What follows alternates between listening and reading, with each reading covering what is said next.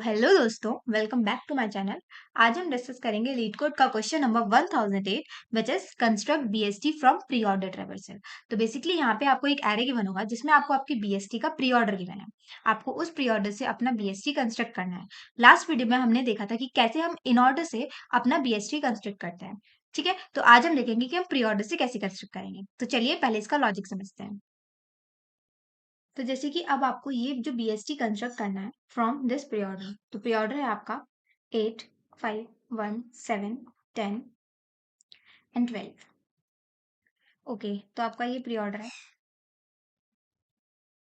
ठीक है, अब प्री ऑर्डर क्या होता है? प्री ऑर्डर होता है रूट, फिर आपका लेफ्ट सब ट्री और फिर आपका राइट सब ट्री। ये आपका होता है प्री ऑर्डर। ओके, अब अगर हम इस लिस्ट की बात करें तो यहाँ पे हमें ये तो कंफर्म है कि इसका पहला जो एलिमेंट है वो हमारा कंफर्म रूट है, मेन रूट जो हमें रिटर्न करना है। ठीक है, हमारा ये कंफर्म हो गया। अब हमें बताना है कि इसके लेफ्ट सब ट्री में कौन कौन से एलिमेंट है और राइट सब ट्री में कौन कौन से एलिमेंट है।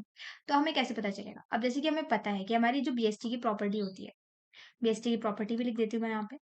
हमारी जो बीएसटी की प्रॉपर्टी होती है, तो हमारी बीएसटी कहता है कि जो हमारा रूट है उसके राइट सब ट्री में जितने भी एलिमेंट्स प्रेजेंट होंगे वो सब उससे बड़े होंगे। तो इसको मैं कह सकती हूँ कि जो मिनिमम होगा हमारा राइट सब ट्री का एलिमेंट, वो भी बड़ा होगा हमारे रूट से।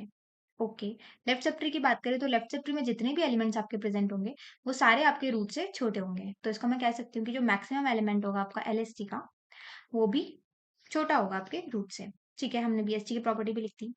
अब यहाँ डिस्कस करते हैं कि हमने रूट निकाल लिया। अब हमें बताना है कि इसकी लेफ्ट सब ट्री में कौन कौन से एलिमेंट है और राइट सब ट्री में कौन कौन से एलिमेंट है। तो मैं यहाँ देखूंगी कि 8 से छोटे कितने एलिमेंट्स हैं। तो मैंने यहाँ पे देखा 8 से छोटे इतने एलिमेंट हैं। तो मुझे पता चल गया कि ये इसके लेफ्ट सब ट्री में आएंगे और जितने भी 8 से बड़े हैं ये इसके राइट सब ट्री में आएंगे। ये मैंने इस पूरी एरे के लिए निकाला जब मेरा 8 रूट था। ठीक है, अब जब मैंने इसके लेफ्ट सब ट्री के एलिमेंट्स निकाल दिए, अब मैं बेसिकली इस एरे में ट्रेवर्स करूंगी और रूट होगा मेरा 5। फर्स्ट एलिमेंट इज रूट, तो रूट मेरा 5 होगा। फिर मैं निकालूंगी 5 से छोटे कितने एलिमेंट्स हैं और 5 से बड़े कितने एलिमेंट्स हैं। जो 5 से छोटे होंगे वो इसके लेफ्ट सब ट्री में आएंगे और बाकी राइट सब ट्री में। सेम हम सारी लिस्ट के लिए निकालेंगे। ठीक है, बेसिकली हम इसमें रिकर्जन का यूज करेंगे। तो अब हम इसे निकालेंगे कैसे? तो हमको एक वेरिएबल बनाना पड़ेगा। हम पूरी इस अपनी एरे में आइटरेट करेंगे और यहाँ पे देखेंगे कि कौन से एलिमेंट पे हमारे कौन सा फर्स्ट एलिमेंट हमारे रूट से बड़ा है। तो यहाँ पे हमारा 10 रूट से बड़ा है फर्स्ट एलिमेंट, तो यहाँ पे हम स्टॉप करेंगे अपने लिस्ट को और इस इंडेक्स को स्टोर करा देंगे किसी वेरिएबल में। यहाँ मैं अपने काउंट में इस इंडेक्स को 10 के इंडेक्स को स्टोर कराऊंगी, जिससे मुझे पता चलेगा कि यहाँ से मेरे राइट सब ट्रीज की वैल्यू स्टार्ट होती है और इससे पहले जितनी भी वैल्यूज थी वो मेरी लेफ्ट सब ट्रीज की थी। ओके, चलिए अब इसका कोड करके देख लेते हैं। तो यहाँ पे सबसे पहले हम अपना हेल्पर फंक्शन बनाएंगे और उसमें हम अपना प्री ऑर्डर पास करेंगे और उसमें हम इंडेक्सेस पास करेंगे जिसके थ्रू हम अपने एरे में ट्रेवर्स करेंगे। तो 0 और इसका एंडिंग इंडेक्स होगा हमारा प्री ऑर्डर का last index which is pre order dot length -1। Okay, अब इसको मैं ट्रिनो टाइप का बनाऊंगी ताकि मैं इसी को रिटर्न कर दूँ आपके पास। अब हेल्पर फंक्शन को डिफाइन कर लेते हैं। नॉट वॉइड,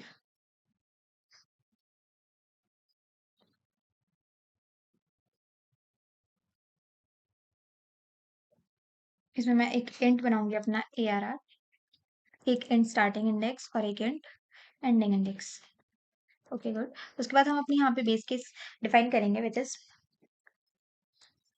अगर मेरा स्टार्टिंग इंडेक्स बड़ा हो जाए एंडिंग इंडेक्स से, तो इसका मतलब हमारा कोई भी नोड नहीं है अब वहाँ पे, तो हम अपना सिंपली नल रिटर्न कर देंगे। ओके, उसके बाद हमें, क्योंकि यहाँ पे नोड्स नहीं गिवन है, तो हमें अपनी एरे के ही एलिमेंट्स को नोड्स बनाना पड़ेगा। तो एक नया नोड बनाएंगे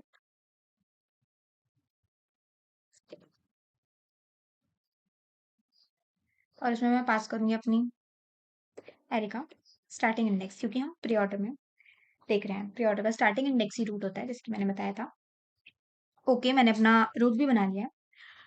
अब मुझे इस रूट का लेफ्ट सब ट्री और राइट सब ट्री देखना है। ठीक है, तो मैं यहाँ पे रूट लेफ्ट कैलकुलेट करना है मुझे एक।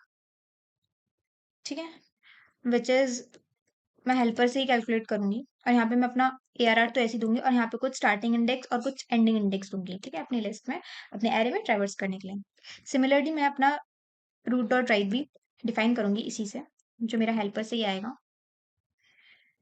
तो यहाँ पे मैं ARR दूंगी और यहाँ पे कुछ स्टार्टिंग एंडिंग इंडेक्स दूंगी और लास्ट में अपना रूट रिटर्न कर दूंगी। ओके, अब हम निकालेंगे कि मेरा स्टार्टिंग इंडेक्स और एंडिंग इंडेक्स कैसे डिफर होता है, ठीक है। तो मुझे सबसे पहले एक इंट बनाना पड़ेगा काउंट, जो मेरा स्टार्टिंग +1 होगा। स्टार्टिंग +1 क्यों लिया है मैंने, क्योंकि हम स्टार्ट जो हमारा स्टार्टिंग होगा वो तो हमारा रूट है। रूट के अलावा जितने भी एलिमेंट्स हैं हमारे एरे में बचे हुए, हमें उनमें से देखना है कि उन बचे हुए एलिमेंट्स में से रूट का राइट कौन होगा और लेफ्ट कौन होगा। तो हमेशा हम s+1 के आगे से देखेंगे। तो हमारा लूप चलेगा, कब तक चलेगा हमारा लूप, जब तक मेरा जो काउंट है वो छोटा है ई से, छोटा या उसके बराबर है एंडिंग इंडेक्स के, और एंड ओ शिट, ठीक है, और जब तक मेरा जो एरे का एलिमेंट है वो छोटा है रूट से, रूट डॉट वेल से। इसका मतलब है कि जैसे ही मेरा रूट डॉट वेल बड़ा हो जाए, छोटा हो जाए एरे ऑफ आई से, मतलब अब हमको अपने रूट से कोई बड़ा एलिमेंट मिल जाए, तो वैसे ही मेरे को काउंट, मतलब तो हमारी कंडीशन टूट जाएगी और जो भी मेरी वैल्यू होगी उस टाइम एरे की, एरे ऑफ आई की, वो मेरे काउंट में स्टोर हो जाएगी, not array of I, array of count, ठीक है। जो भी उस टाइम मेरी काउंट की वैल्यू होगी वो मेरे काउंट में स्टोर हो जाएगी, ठीक है, क्योंकि मैं काउंट को बढ़ा रही हूँ, ठीक है। मेरे को काउंट में वो इंडेक्स मिल जाएगा बेसिकली, क्योंकि मैं इंडेक्स को हर बार एक से बढ़ा रही हूँ, ठीक है। अब मुझे वो इंडेक्स मिल चुका है जहाँ पे हमारी जो जिस इंडेक्स पे हमारी जो रूट है उससे जस्ट बड़ी वैल्यू है, मतलब पहली वैल्यू जो उस रूट से बड़ी है पूरे एरे में, ठीक है, हमें पहली वैल्यू मिल गई। अब जैसे कि यहाँ पे अगर मैं 8 के लिए बात करूँ तो यहाँ पे मेरी वैल्यू है 10, तो मेरे जो काउंट है उसमें इस 10 का इंडेक्स स्टोर होगा। तो अब मुझे उसके लेफ्ट सब ट्री में 5 1 7 चाहिए, मतलब कि काउंट से पहले वाला इंडेक्स। तो इसका मतलब मेरा जो स्टार्टिंग इंडेक्स है वो रूट से एक ज्यादा होगा, मीन्स s+1 हमेशा लेफ्ट सब ट्री में, ठीक है, लेफ्ट सब ट्री की बात हुई है। और एंडिंग इंडेक्स क्या होगा, काउंट -1। गुड। उसके बाद अगर मैं अपने राइट सब ट्री की बात करूं तो वहां का जो स्टार्टिंग इंडेक्स है वो होगा मेरा काउंट और एंडिंग इंडेक्स यही रहेगा। ओके, अब इसको रन करके देख लेते हैं।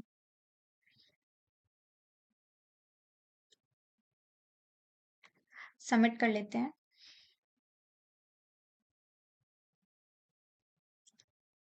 So that's it. तो अगर अब हम इसकी टाइम कॉम्प्लेक्सिटी की बात करें तो वर्स्ट केस में इसकी टाइम कॉम्प्लेक्सिटी हो जाएगी big O(n)² और एवरेज केस में या बेस्ट केस में इसकी कॉम्प्लेक्सिटी हो जाएगी n log n। और अगर वीडियो अच्छी लगी हो तो लाइक और सब्सक्राइब करना मत भूलना।